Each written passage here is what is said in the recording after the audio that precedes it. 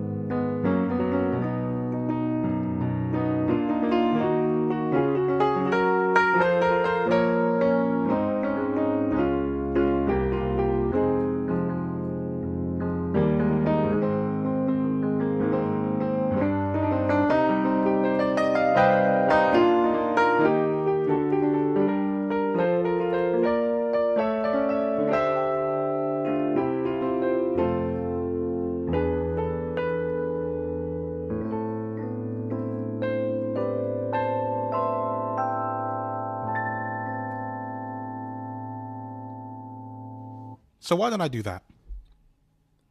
Welcome to Inspired by Sound. Today it's more like Inspired by Sounds, multiple. But I'm going to be discussing exercises and things that I like to play when I'm practicing. And that is one of the exercises that I like to practice because it takes you around every single major and minor variant, all 12 keys. And you can start anywhere. I started in A minor to go along with the Inspired by Sound logo, which is also in A minor. But I normally start it in G minor, and I don't know why. I just usually fall there.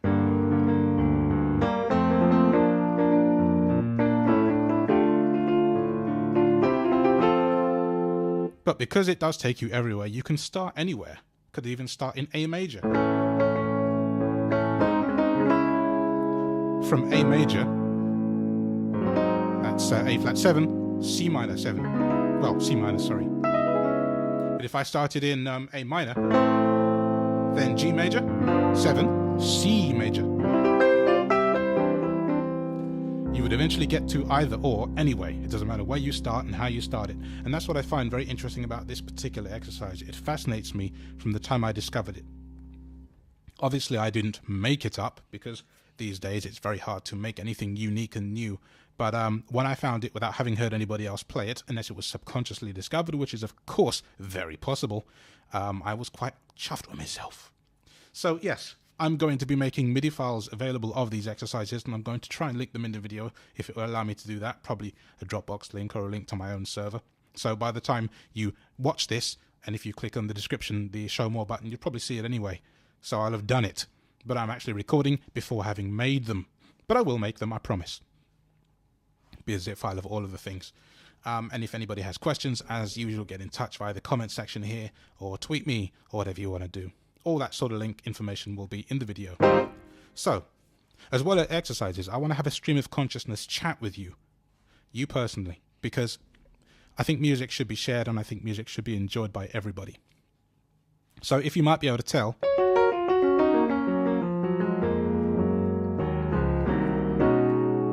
I have two sounds in this one,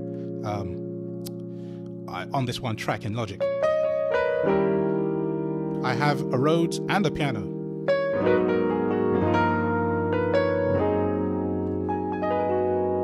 Which I quite like. It's the KAWAI piano. If I go down one here, here's a piano.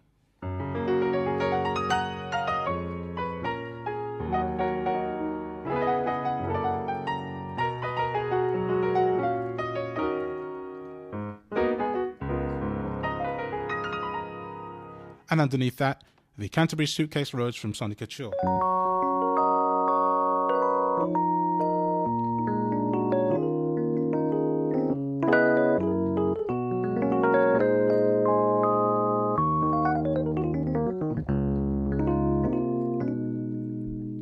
And as well as interspersing my chat today with a couple of piano exercises, one of which you've heard, I want to talk about not that. I want to talk about playing style and how I think that I play differently, and probably most of you do as well, that if you're musicians, play differently on a piano or a Rhodes. So, here's a piano. If I drop that down an octave, and I play a very simple phrase, let's just take a F major to B flat major.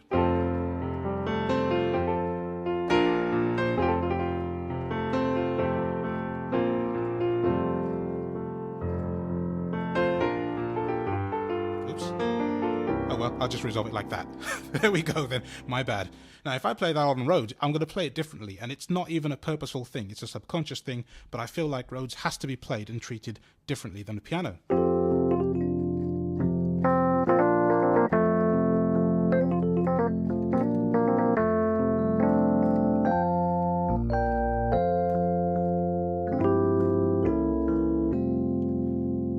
It's just how it is. I mean, if I repeat,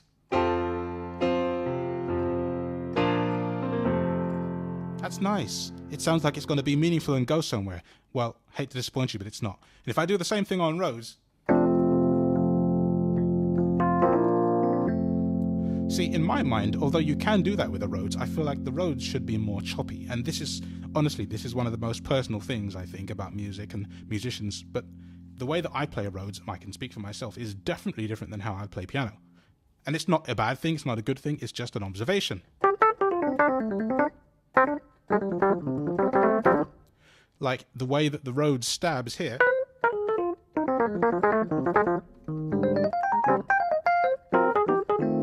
It's different than how the piano does it. Let me go back up 1 octave.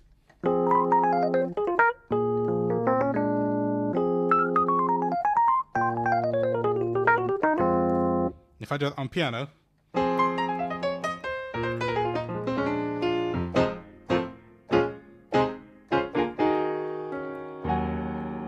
see, because the piano rings differently when I let go, Rhodes, I mean, there's reverb on that patch, but that's only reverb. It's not that the way the Rhodes is ringing out afterwards. It's fascinating to me. But one of the greatest things to me still yet is the track stack. And the track stack, when you have two of them together, piano and Rhodes, best of both worlds.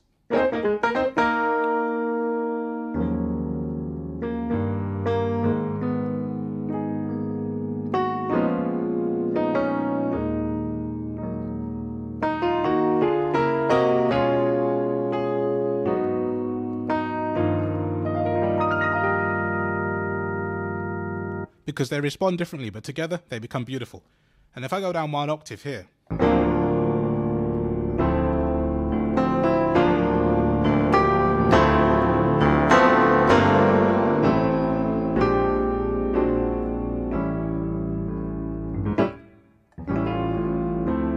tell me that doesn't speak to you.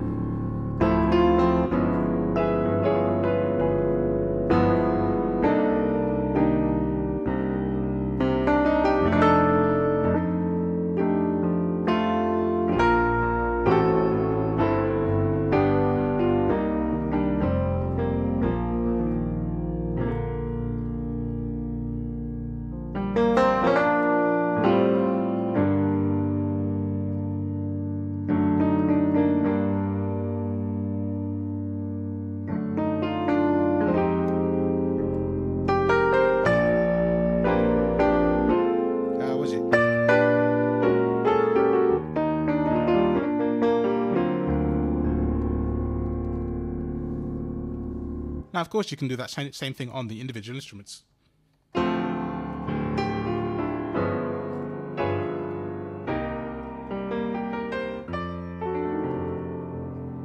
And strumming a piano like that is beautiful.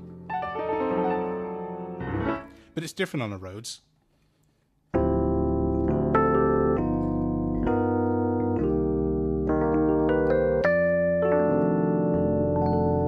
I don't think it has quite the same effect to it.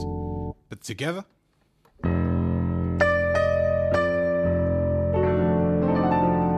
get the joy of the stringing of the piano and you get the ringing out of the Rhodes afterwards, and it's just interesting.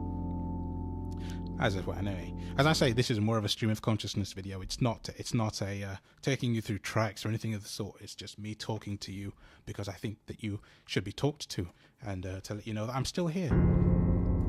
Now, I showed you one exercise.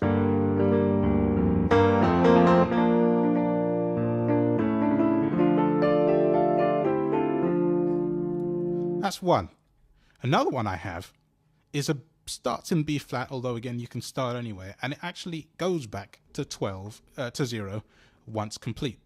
A bit like the first one, but it's a different type of feel altogether. It's more of a funky thing, and it goes like this.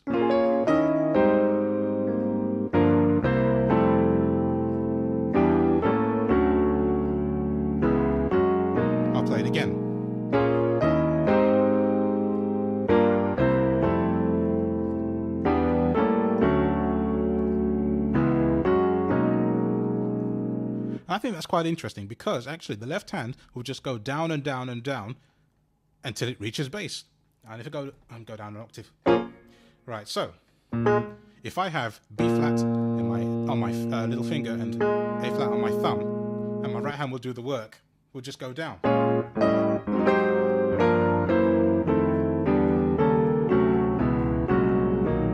And we're back. I was quite interested when I discovered that one as well. It's interesting what you find when you're just messing around trying to work out new things and new ideas and come up with things for things. And when you start incorporating those kind of runs into your work, you find that you can resolve things or change key on the fly or do all sorts of unusual things that you might not have otherwise thought of. That's why I love music so much. Honestly, I do. Being able to sit down in my home studio and write a track in a few minutes or an hour or 5 hours or 6 days is very interesting to me. And if you're thinking of getting into music,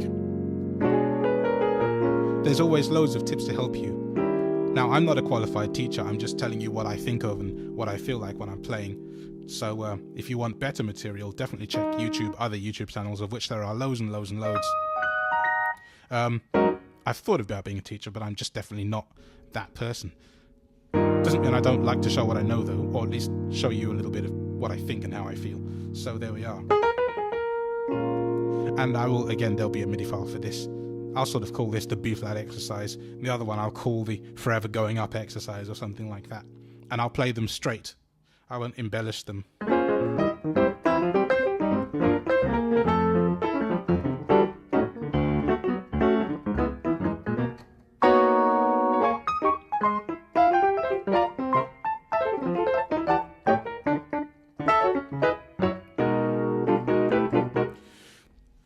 The reason I did that is because I like to work out if I can change the chord on the fly, like change the inversion.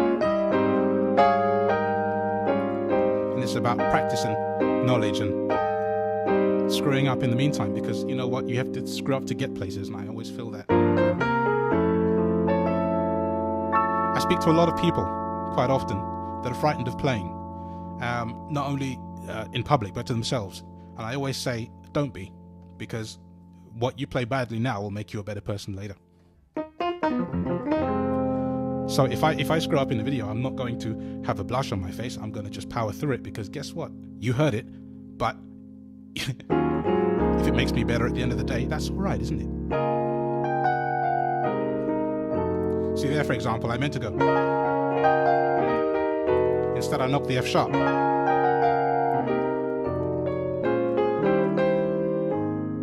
So I'll point it out instead. I won't hide it. I'm not ashamed of it, because I'm forever, ever learning. The day that I think I've learned everything is the day that I become useless and arrogant and pointless. But in the spirit of learning and thinking aloud, I'm doing this video. So that was another exercise. There are a couple of other things I like to discuss as well, re-exercises. I like to try and do something that I know in each key, because it's good practice. Another exercise is more of a resolution. That's what I was thinking of, because it resolves, and it's more of a sort of end of track thing. So I'll do it in B flat minor. Let's see if I can get it right first go. And again. Now, sometimes I like to challenge myself and do it in every key. Nope, can't do that.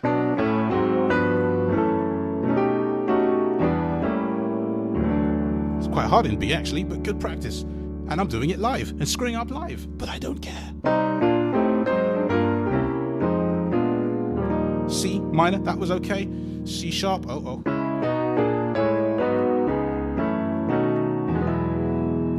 All right. Nope.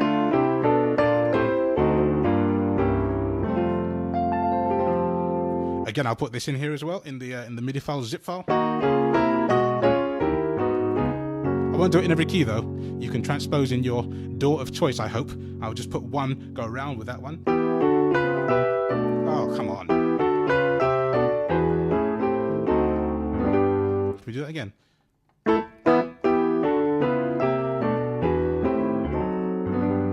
Lovely. F minor.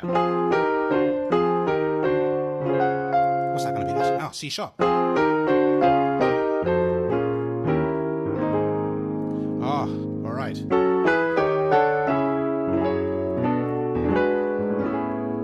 Ah, should be that. So it should be fully A major, not 7, because it doesn't resolve otherwise. Okay, where are we? Oh, okay, G minor.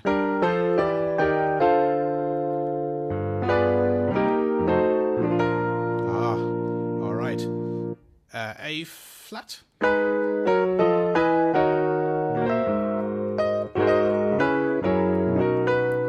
Just to show you, you know. No.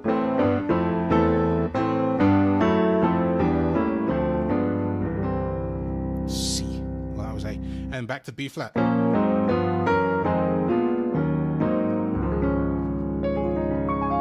We've gone around all 12, and some are harder than others, and that's the thing that many people have said to me before is try to learn something that you can do in every key, because you never know when you could need those changes, and they come up and surprise the hell out of you, and you go, oh, I can do it, I can do it, I can do it, I can do it. So B was the hardest for me of all. Still screwed it up on the E, I think. Nope.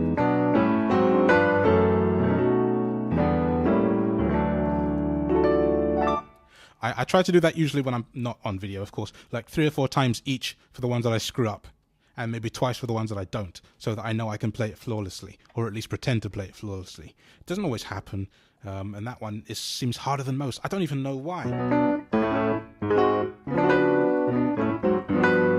I know all the chords. Like, I know them, but why can't I hit them?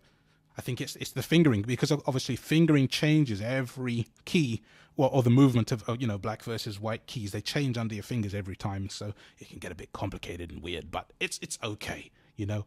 That's what we're here to practice for, isn't it?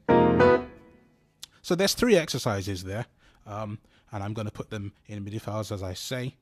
And I don't know what else to say really. I wanted to just sort of keep this a bit short, just to let you know what I was thinking.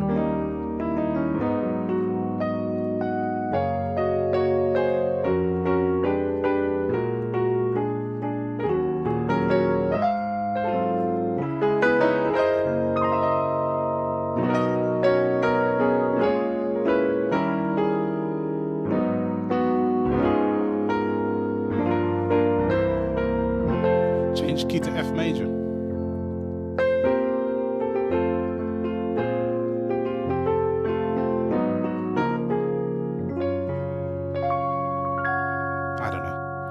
Just doodling now.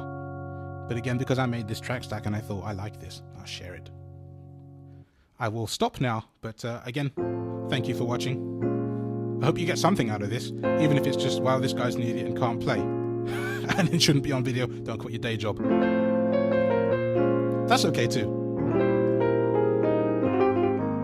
Time to go off and make you some MIDI files so you can do this yourself. And I'll keep them slow.